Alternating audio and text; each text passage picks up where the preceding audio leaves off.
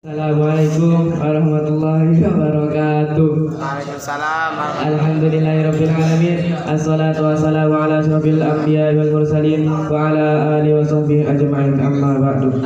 Yang terhormat kepada pengasuh Pondok Pesantren Raudhatul Quran Al-Masyhur, yakni Kiai Haji Muhammad Humidi Syud Al-Hafidz beserta keluarganya yang tidak bisa saya sebutkan satu persatu. Berdirinya saya di sini akan mewakili MC.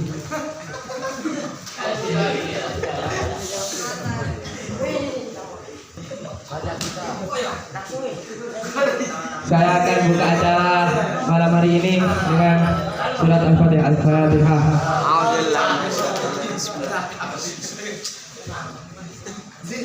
Pertama, Ustadz Ahmad.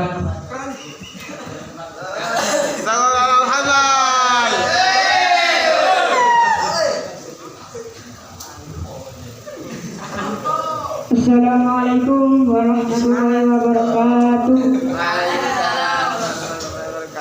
Alhamdulillah subhanahu wa ta'ala hamdan wa qiyama wa yukafi wa mazidah. Ya Rabbana lakal hamdu kama yanbaghi li jalali wa wajhi sultani. Allahumma shalli ala sayyidina Muhammad wa ala ali sayyidina Muhammad. Rabbi shrah li sadri wa yassir li amri wahlul 'uqdatam min lisani yafqahu qawli. Amma ba'du. Para alim, para ulama, para asatidah yang dimuliakan oleh Allah Subhanahu wa taala.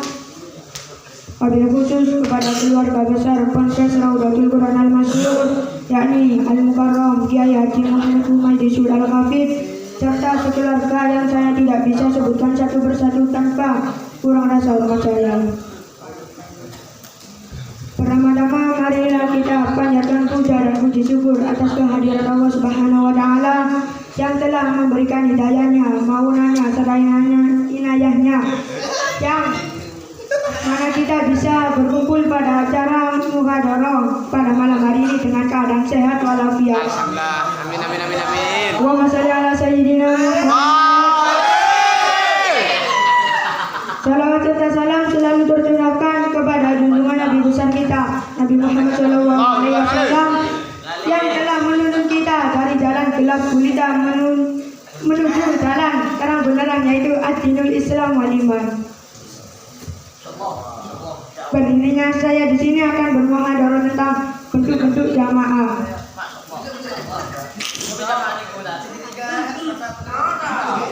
Bentuk-bentuk khutbah dalam kurung mengikuti imam ada 9, yaitu 1. Makmumnya laki-laki pada imam laki-laki, nah, itu diperbolehkan. Kedua, makmumnya perempuan pada imamnya laki-laki, itu juga diperbolehkan. Ya nggak boleh. Kalau takdir kalau cerita gimana? 3. Makmumnya banci pada imam laki-laki, itu diperbolehkan. Karena banci itu bisa lanang bisa wedok. Karena imamnya laki-laki.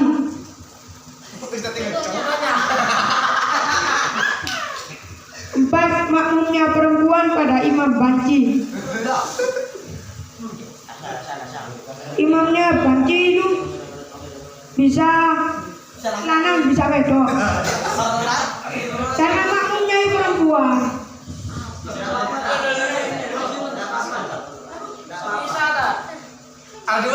Bagus.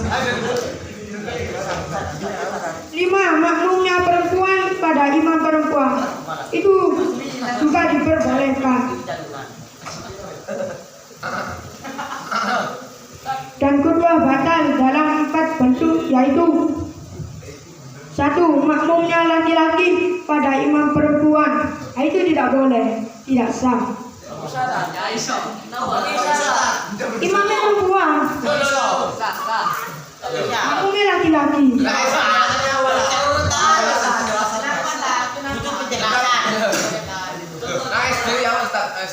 Contoh, sholat imamnya perempuan, makmumnya laki-laki.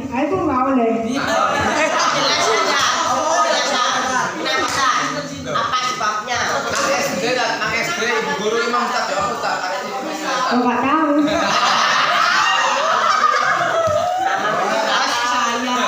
Dua, makmumnya laki-laki pada imam banci. Itu nggak boleh. Jadi imamnya gue tuh, mau apa wedok? Kau boleh bisa.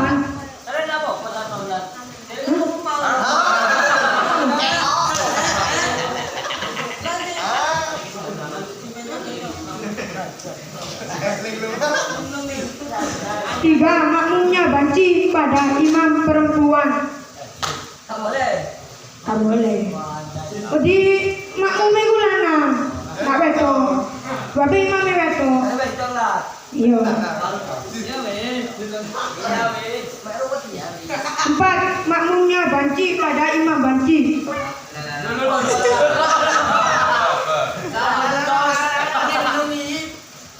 Begini, makmumnya lanang, imamnya wedok. Itu nggak boleh kan? Jadi apa? Walik. Itu saja yang saya bisa sampaikan pada malam ini. Kata-kata.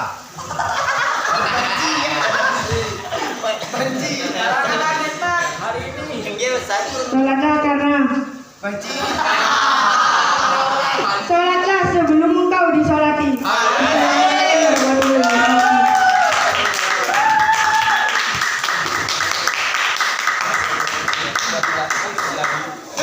Langsung saja kita panggil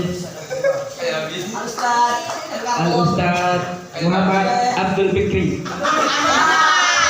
Akan dibacakan Allahumma shalli ala Muhammad.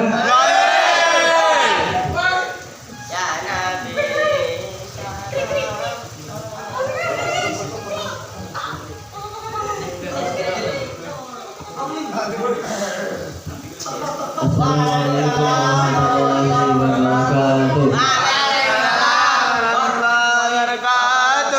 Alhamdulillahirabbil alamin wassalatu wassalamu ala asyrofil anbiya'i wal mursalin sayyidina Muhammad wa ala alihi wa sahbihi ajma'in. Amma ba'du. Para alim ulama yang saya hormati, khususnya kepada pimpinan Pondok Pesantren Nahdlatul Quran Al Masyhur, yakni Kiai Haji Muhammad Haidi Syurut Al-Hafiz yang saya hormati beserta keluarga yang tidak bisa saya sebut persatu tanpa mengurangi rasa hormat saya sekaligus. Dan juga pula kepada teman-teman semuanya yang saya cintai dan saya hormatkan, khususnya kepada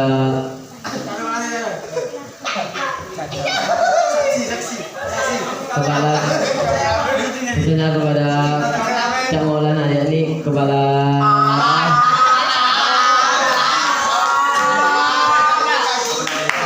ketua pesantren dengan ketua dari Yayasan.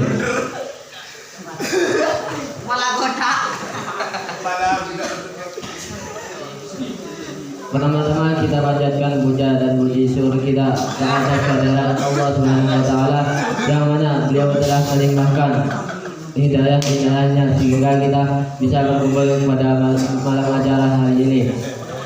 Salawat serta salam tetap tercurahkan kepada junjungan Nabi besar Muhammad SAW yang mana beliau telah membawa kita dari kegelapan menuju jalan terang benderang yang dinul Islam wal iman. Berdirinya saya di sini akan menerangkan tentang menyambut bulan suci Ramadan.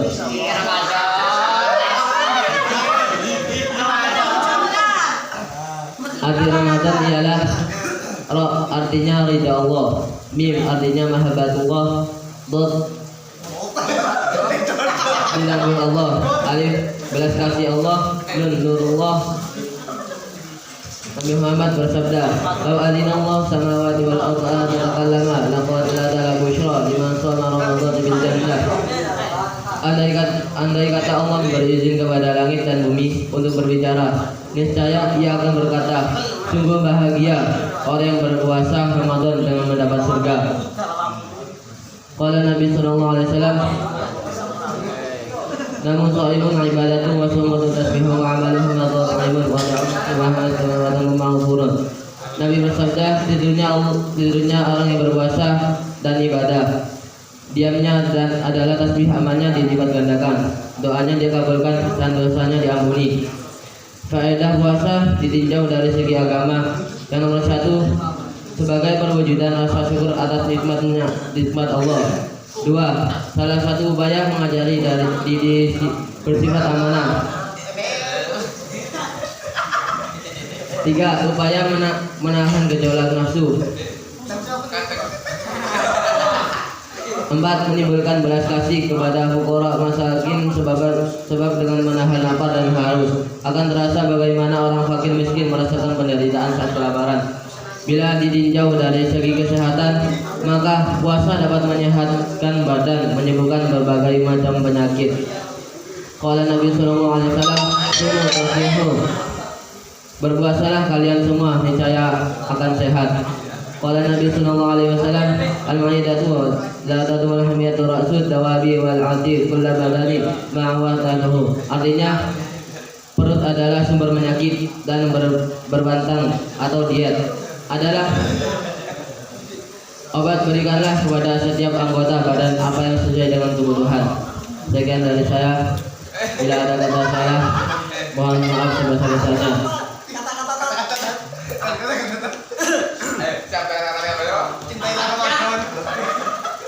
Kulihat walau kana murran. Sedikit penjelasan.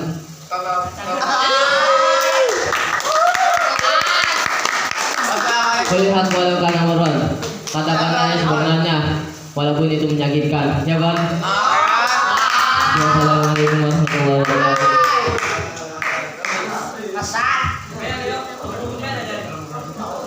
Langsung saja kita panggil Ustaz Robi.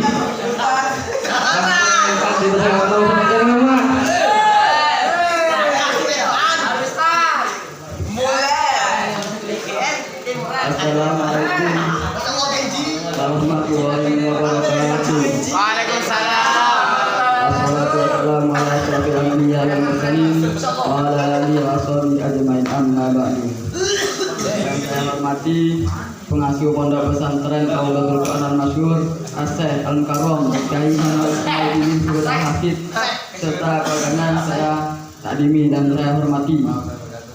Selawat serta salam tetap tercurahkan pada baginda Nabi Muhammad SAW yang telah menunjuk kita dari kegelapan menuju terang benderang, yakni ad-dinul Islam.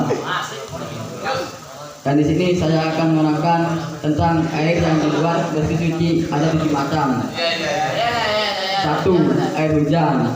2, air laut. 3, air sungai. 4, air sumur. 5,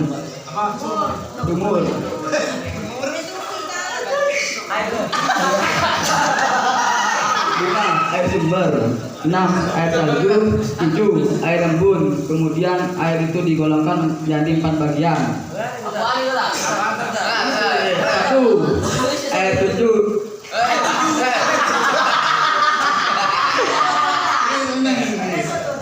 Air suci dan jika tidak makruh digunakan, yakni menggunakan air mutlak. Air mutlak itu air yang sah. Air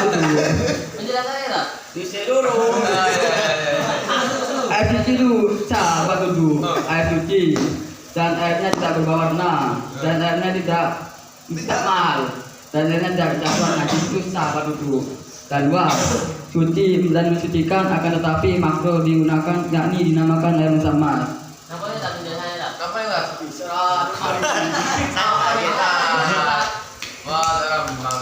Air musammas itu banyu air yang didinginkan atau dipanaskan dengan sengaja, bukan dari sumbernya. Kayak banyu itu makro kayak udah mesa.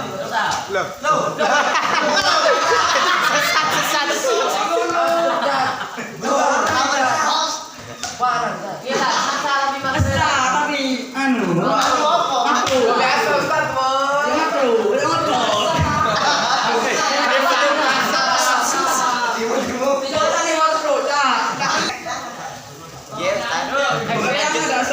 berwarna. Yang tiga, air suci tidak mensucikan, yakni dinamakan air mustakmal dan air yang sudah berubah dan yang tercatur. Air mustakmal itu air yang kurang dari 2 gelas dan air itu jatuhan dari air wudhu. Itu jadi air mustakmal. Apa itu?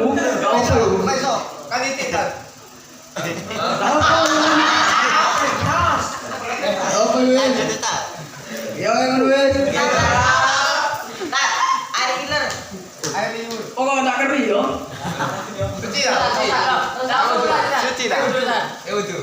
Gak paham aku ibu. Ada kau dulu sih. Tangan jauh. Ya tak malu. Tak kena gaya mesin cuci. Kayak silang nasi semua tangan najis gitu. Tak kena. Masa nih tambah rotan apa najis semua. Kalau air cuci gitu. Jangan tinggal najis. 4. Air najis yakni air yang kedatuan najis dan jumlahnya kurang dari 2 gelas atau lebih dari 2 gelas tapi tidak berubah. Air yang kurang dari 2 gelas adalah najis itu airnya najis. Kalau lebih dari 2 gelas airnya itu gak apa-apa selagi airnya tidak berubah warna dan baunya. Hanya itu saja yang saya sampaikan. Tetap semangat. Kalau menyerah, kalau banyak godaannya.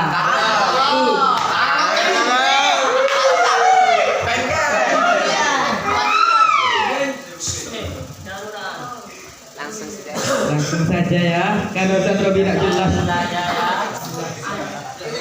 Ustaz Arif, waktu dipersilakan Allah Taala Muhammad.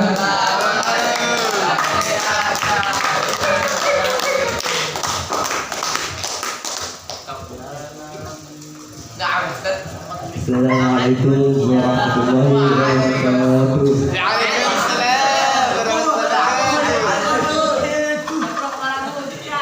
Alhamdulillahirabbil alamin wassalatu wassalamu ala asrofil anbiya'i wal mursalin sayyidina wa maulana Muhammad wa ala alihi wasallam ajmain amma ba'du.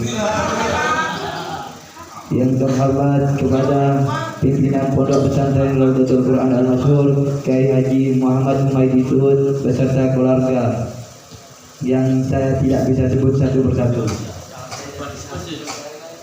Langsung saja saya berdiri salah di sini menerangkan keutamaan ilmu. Fungsi ilmu adalah alat kesuksesan dunia dan akhirat. Qala Nabi sallallahu alaihi wasallam, "Man arada ad-dunya fa'alaihi bil ilmi wa man arada al-akhirata fa'alaihi bil ilmi wa man arada al-maut fa'alaihi bil ilmi." Nabi bersabda, barang siapa yang menginginkan dunia hendaklah berilmu, barang siapa yang menginginkan akhirat hendaklah dengan ilmu, dan barang siapa menginginkan kedua-duanya hendaklah dengan ilmu. Tujuan mencari ilmu itu harus mencari ridha Allah dan menghilangkan kebodohan, karena ilmu dapat mengangkat derajat seseorang dari kehinaan menuju kemuliaan, dari kejelekan menuju kebaikan. Qala Allah Ta'ala, "Qul huwa yastawil ladzina ya'maluna wal ladzina la ya'maluna." Artinya, katakanlah, adakah sama antara orang yang mengetahui dan orang yang tidak mengetahui? Cukup sekian dari saya. Assalamualaikum warahmatullahi wabarakatuh. Waalaikumsalam warahmatullahi wabarakatuh. Kameramen. Langsung saja. Langsung Ustaz Aris. Betul kembali dipersilakan Allah Taala Muhammad.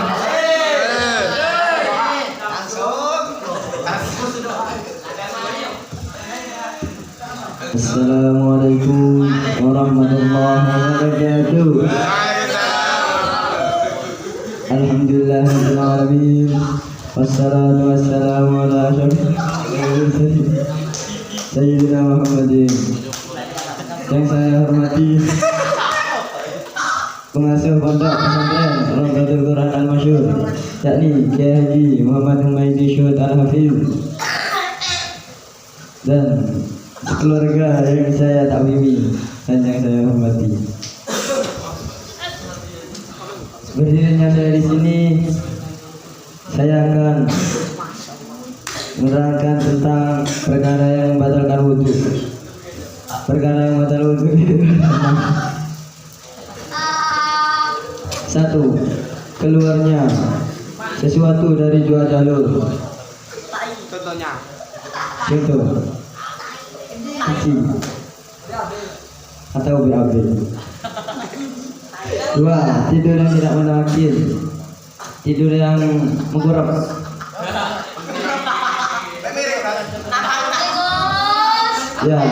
Ya, seperti itu.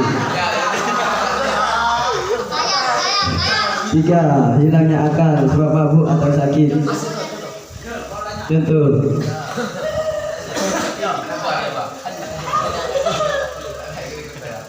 mabuk atau sakit. Empat, memegangnya laki-laki terhadap perempuan yang bukan mahram, sama-sama balik tanpa penghalang. Seperti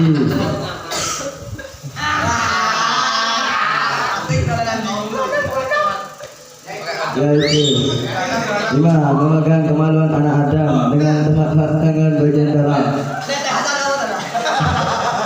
Sama saja tidak boleh, atau punya sendiri atau punya teman. Kalau dengan terlawat dengan tangan luar nggak apa. Ini. Nah, memegang cincinnya dubur menurut kaul jadid. Ya, itu saja yang saya sampaikan.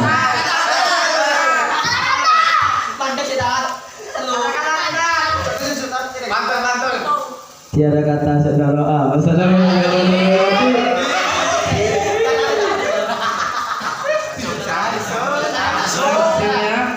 Ustaz Nofal, tempat waktu tempat dipersilakan. Allah Subhanahu.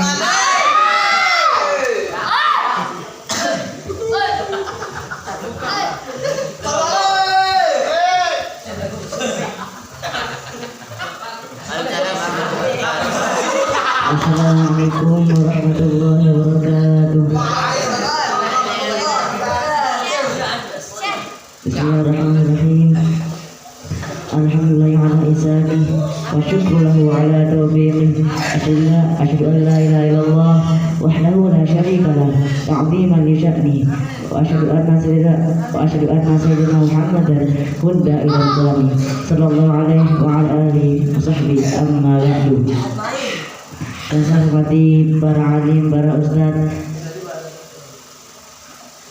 khusus kepada pengasuh Al-Kiai Masyhur yakni Kiai Haji Muhammad Umaydi Syud Al-Abir serta teman-teman yang saya banggakan. Saya silakan berbicara tentang syarat-syarat sholat Jumat. Syarat-syarat sholat Jumat itu ada 6, yaitu satu, syaratnya yang dilakukan dari waktu zuhur. Jadi kalau waktu asar nggak boleh. Asar subuh nggak boleh. Salat Jumat waktu salat selain waktu zuhur nggak boleh. Nomor 2, salat dilakukan di batas suatu daerah. Nomor 3, salat dilakukan secara berjamaah. Nomor 4, jamaah dilakukan oleh 40 orang yang merdeka, balik dalam tempat tinggal di daerah mana salat Jumat itu dilakukan. Dilegalkan. Kalau belum merdeka ada di sana. Nggak tahu, nggak ada di sini. Ganteng.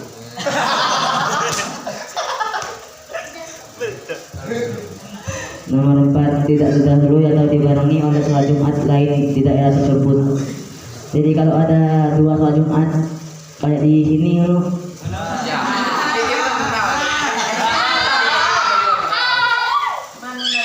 Salat satunya di masjid, satunya di sini musola. Nggak boleh, kecuali tanpa ada udur tertentu seperti warganya kebanyakan. Peldo. Jadi yang dianggap sah itu hanya satu. Yang dianggap sah yaitu sholat yang lebih dulu takbirnya dan salamnya. Bila takbir dan salamnya kedua jamaah sholat tersebut itu bareng, dua-duanya gak sah. Allahu Akbar.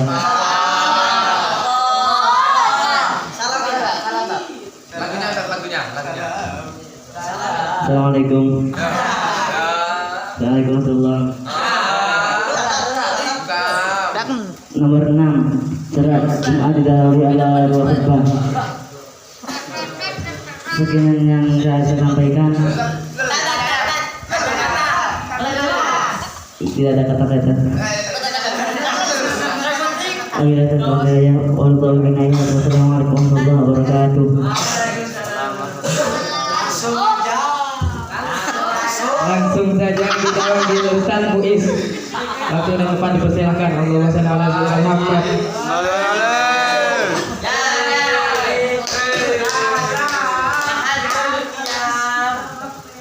Assalamualaikum warahmatullahi wabarakatuh. Waalaikumsalam warahmatullahi wabarakatuh.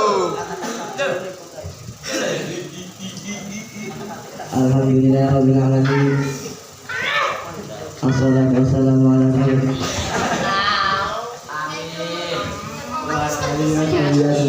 Amin.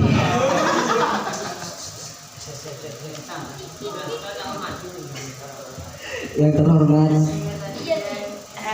pengasuh Pondok Pesantren Raudhatul Quran Masyhur, yakni Kiai Haji Muhammad.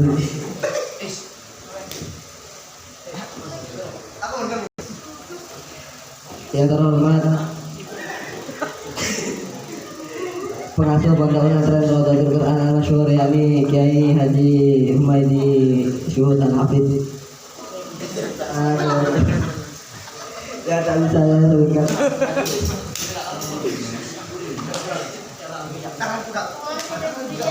Saya akan menerangkan rukun iman.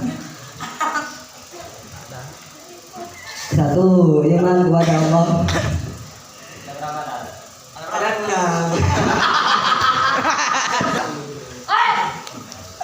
1. Iman kepada Allah. 2. Iman kepada malaikat Allah. 3. Iman kepada kitab-kitab Allah. Kitabnya ada 4.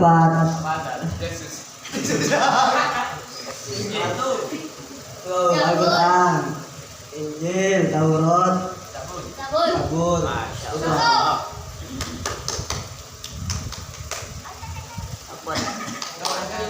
4. Utusan atau Rasul Allah. 5. Hari akhir atau hari kiamat. Yang 6. Qada dan qadar, takdir Allah maupun yang baik.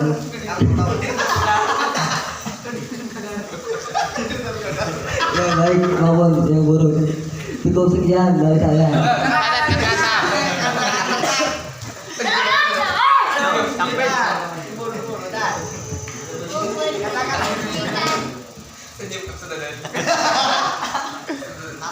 Dokter tidak berjanji setelah kamu berobat kamu sembuh, dan guru tidak berjanji setelah kamu sekolah kamu menjadi orang yang sukses, tapi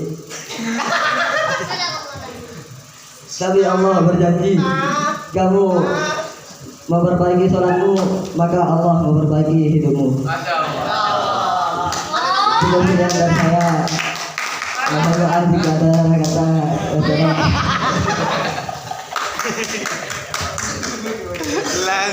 Langsung saja panggil Ustaz Faiz. Waktu yang depan dipersilakan. Waktu ini pun dalu, semangat aja sampai layu. Allahumma sholli ala Muhammad. Assalamualaikum warahmatullahi wabarakatuh. Waalaikumsalam Waalaikumsalam warahmatullahi الحمد wabarakatuh. لله رب العالمين وبه نستعين على أمور الدنيا والدين وصلى الله على سيدنا محمد النبي وعلى آله وصحبه أجمعين أما بعد. Yang pertama-tama kita panjatkan puja-puji syukur kehadirat Allah Subhanahu wa taala yang telah mencurahkan rahmat inayahnya sehingga kita bisa berkumpul di majelis yang insyaallah penuh barokah ini. Yang kedua kalinya salawat serta salam kita curahkan kepada junjungan Nabi kita Nabi Muhammad sallallahu alaihi wasallam. Sallallahu Nabi Muhammad yang telah membawa dari zaman kota menuju zaman sepeda Supra. Yang saya hormati wabil khusus Murabbina Kiai Haji Muhammad Humaidi Syuhud Al-Hafidh.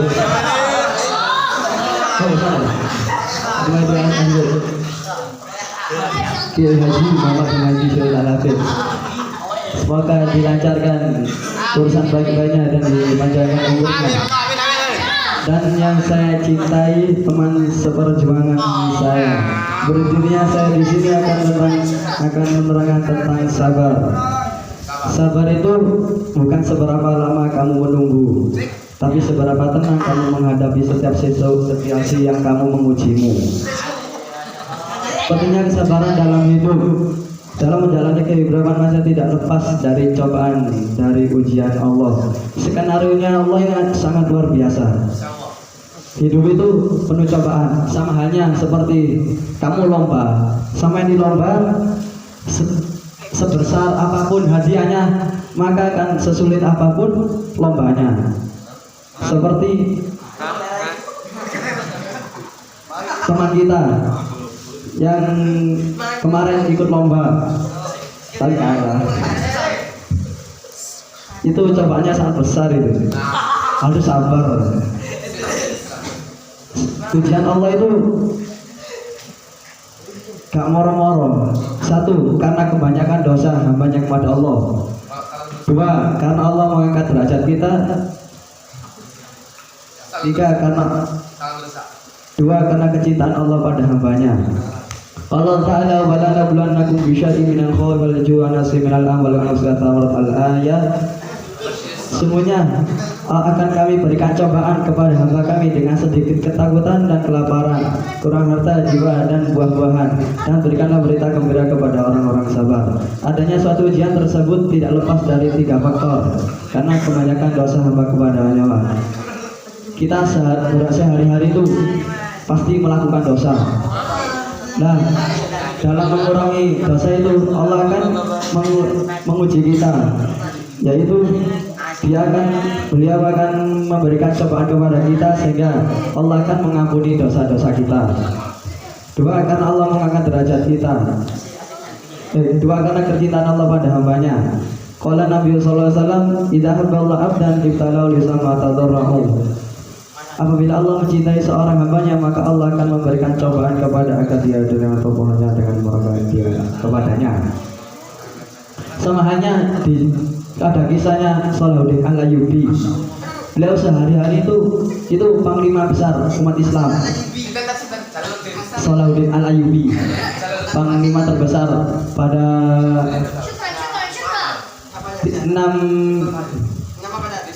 100 Masehi, 100 apa? Hijriah. Sebelum kekuasaan Salahuddin Al-Ayyubi ditangani oleh Muhammad Al-Fatih yang membebaskan tanah Turki. Dulu Turki itu semua Kristen. Berkat peperangan umat Islam dan kepada musuhnya orang Kristen menang wong Turki itu. Salahuddin Al-Ayyubi itu sehari-harinya berdoa, "Ya Allah, berikanlah aku kekuatan dan kesabaran." Tetapi Allah tidak memberikan beliau langsung kuat atau sabar. Akan tapi Allah memberikan cobaan agar seperti beliau meminta kekuatan, beliau dikasih banyak musuh sehingga dia bisa kuat. Dua, beliau minta untuk diberi kesabaran. Akan tapi Salahuddin Al-Ayyubi setiap harinya ditimpa masalah sama musuhnya, sehingga beliau bisa melakukan sabar.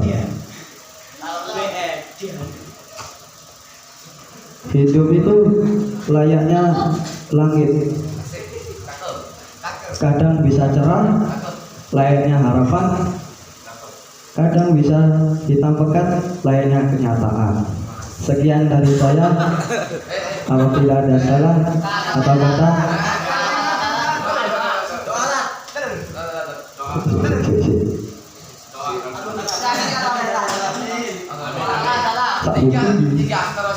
ketika kamu dicari-cari kekuranganmu dan dibicarakan orang lain tentang kekuranganmu, tersenyumlah.